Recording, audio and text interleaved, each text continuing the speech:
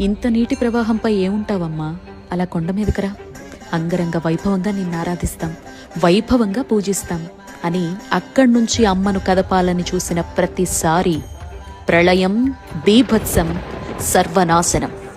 ఏం తనకు తెలీదా ఎక్కడుండాలో? అందుకే ఎవ్వరు ఆవిడ జోలికి కూడా పోరు.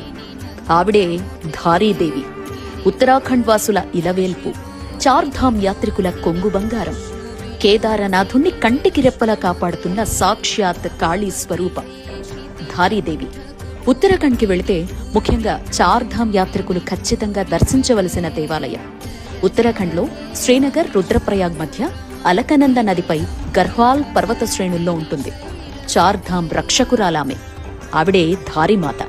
అమ్మను అలకనందపై నుంచి తీసి సురక్షిత ప్రదేశంలో ప్రతిష్ఠించాలని చూసే ప్రతిసారి ప్రళయమే. 1882లో అప్పటి